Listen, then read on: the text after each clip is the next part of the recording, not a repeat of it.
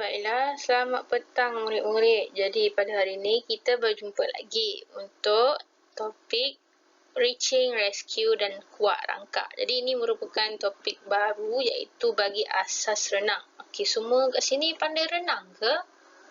Okey, tak apa. Cikgu pun nak kata pandai sangat tak adalah pandai. Tapi bolehlah jarak dekat.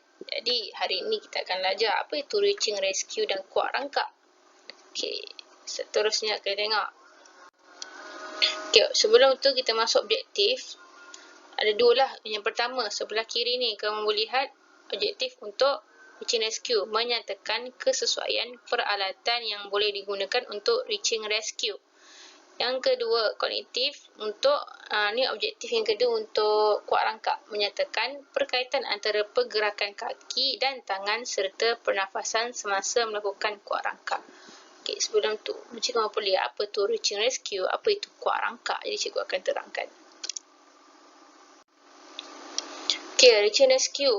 Reaching rescue ni kita boleh lihat kalau kamu pergi taman tema air ataupun kamu pergi pantai, kamu pergi mandi kolam dekat hotel-hotel, kamu akan nampak ada orang berbaju warna merah, dia ada pegang, dia duduk kat kerusi tinggi. Itu adalah orang lifeguard, kita panggil lifeguard. Jadi kita panggil secara keseluruhannya reaching rescue.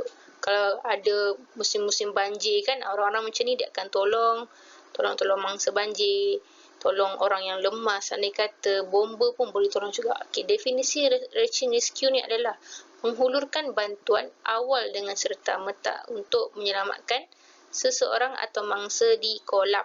Okey, ingat, tak semestinya di kolam, tapi cikgu khususkan pada kolam lah hari ini sebab kita akan belajar di kolam.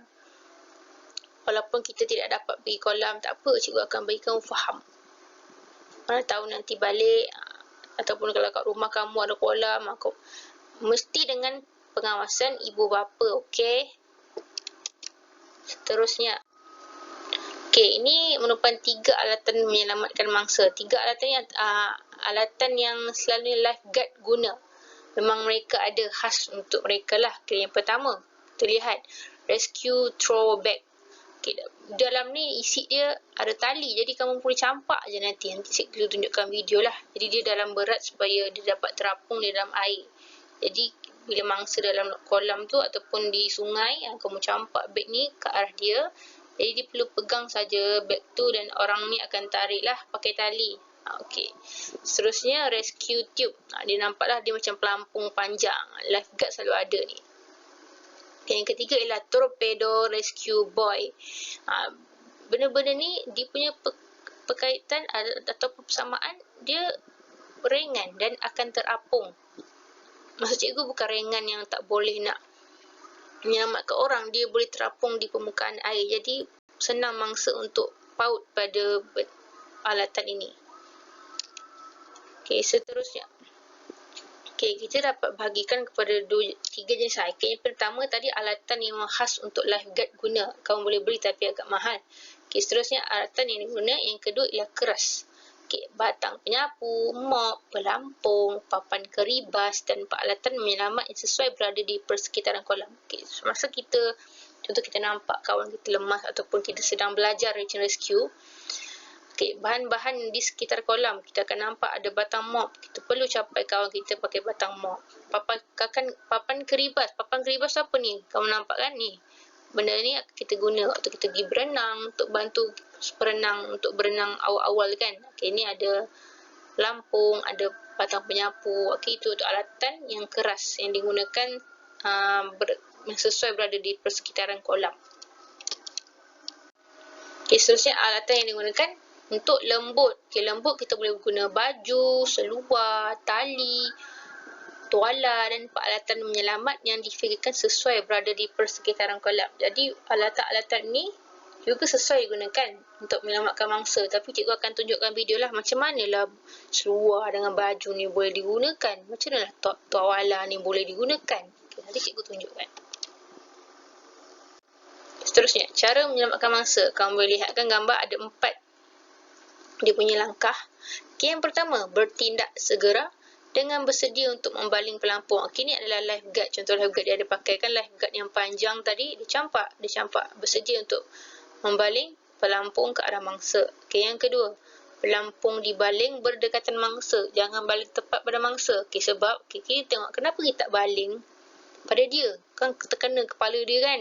Jadi kesian dia. Sebab kadang-kadang kita kalau berada di sungai ataupun laut, angin kuat kan. Bila kita campak berdekatan dia, jadi susah untuk mereka gapai. Jadi kita kena baling berdekatan dia. Contohnya kalau dia dekat sini, kita baling tepi sikit, nanti air tu akan tolak pelampung tu ke arah dia. Itu sebab itulah kita kata jangan baling tepat pada mangsa.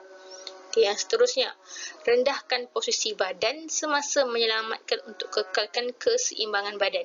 Okey, lifeguard tu ataupun kita semasa belajar search and rescue, kita perlu rendahkan posisi badan kita semasa membaling pelampung itu.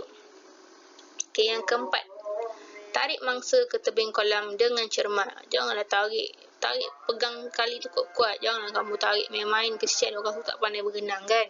Okey, seterusnya. Okey, seperti dalam gambar, okey lihat. Ada yang guna tali, ada yang guna pelampung, ada yang guna tuala, ada yang guna pelampung ni, ada yang guna bola. Okey, semua ni adalah jenis-jenis ataupun cara untuk menyelamatkan mangsa menggunakan peralatan yang berada di persekitaran kolam. Jadi untuk pelampung ni, kamu perlu rendahkan badan kamu. Kalau dia dekat, kamu perlu ginilah, campak ke arah dia. Jadi dia akan capai.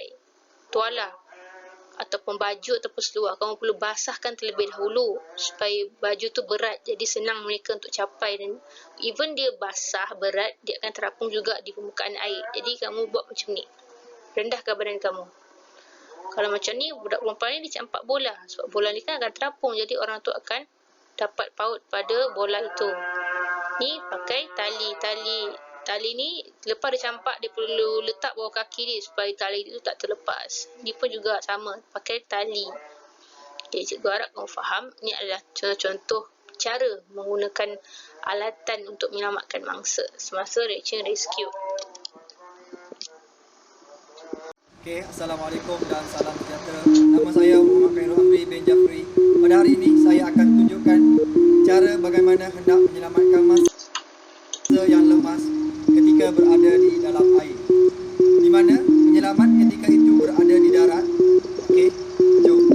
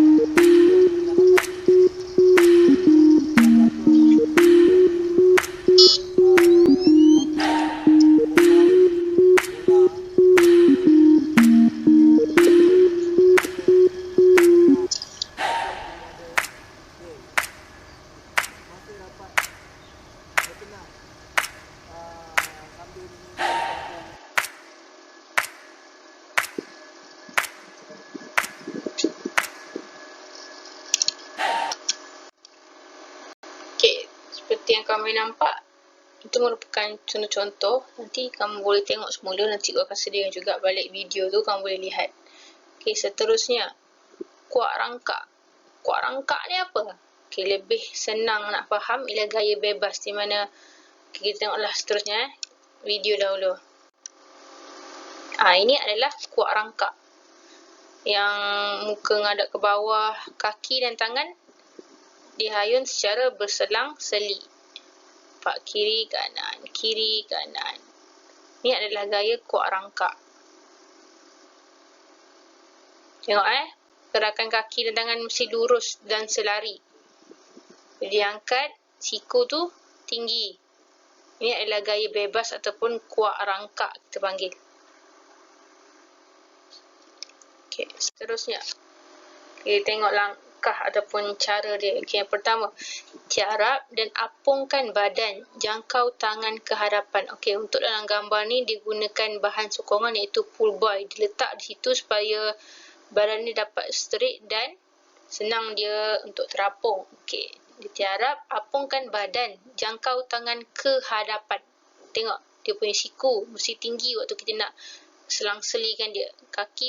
Kaki dan tangan mesti digerakkan secara berselang-seli. Tak boleh tangannya gerak, kaki tak gerak, tak boleh. Mesti dua-dua bergerak secara berselang-seli. Okey, yang kedua, kuatkan tangan secara selang-seli. Lakukan tendangan keribas. Tendangan keribas di belakang lah. Sama juga. Atas ke bawah, atas ke bawah. Okey, seperti saya cakap tadi, papan keribas ni adalah bahan yang menjadi sokongan papan dalam kita berenang. Dia aksi renang kuat rangkak dengan bantuan papan keribas. Tengok dia meluruskan tangan, kaki pun kena lurus sambil kita gerakkan dia atas ke bawah. Seterusnya yang ketiga, macam mana kita nak ambil nafas masa kita melakukan gaya bebas ni? Ambil nafas ketika muka ditolehkan ke sisi. Waktu tangan kita tengah kuat ke belakang tu, ambil nafas curik-curik sekejap muka, angkat ke atas. Lepas tu bawa turun bawah balik.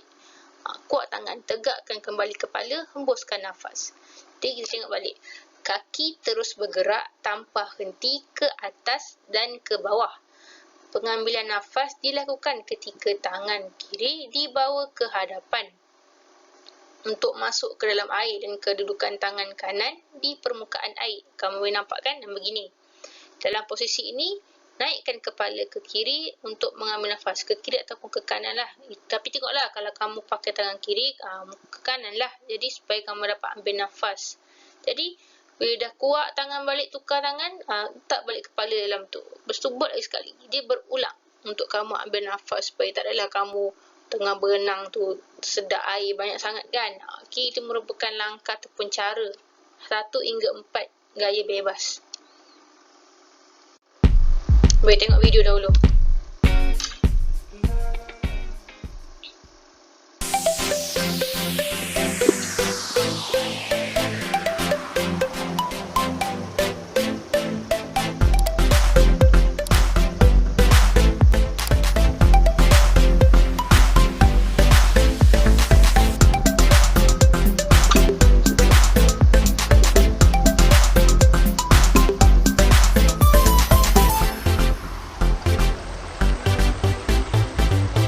Tengok kaki dia selari kan.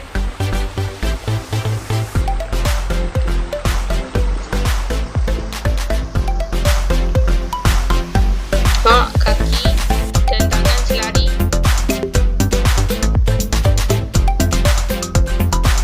Dilunjukkan ke hadapan tangannya.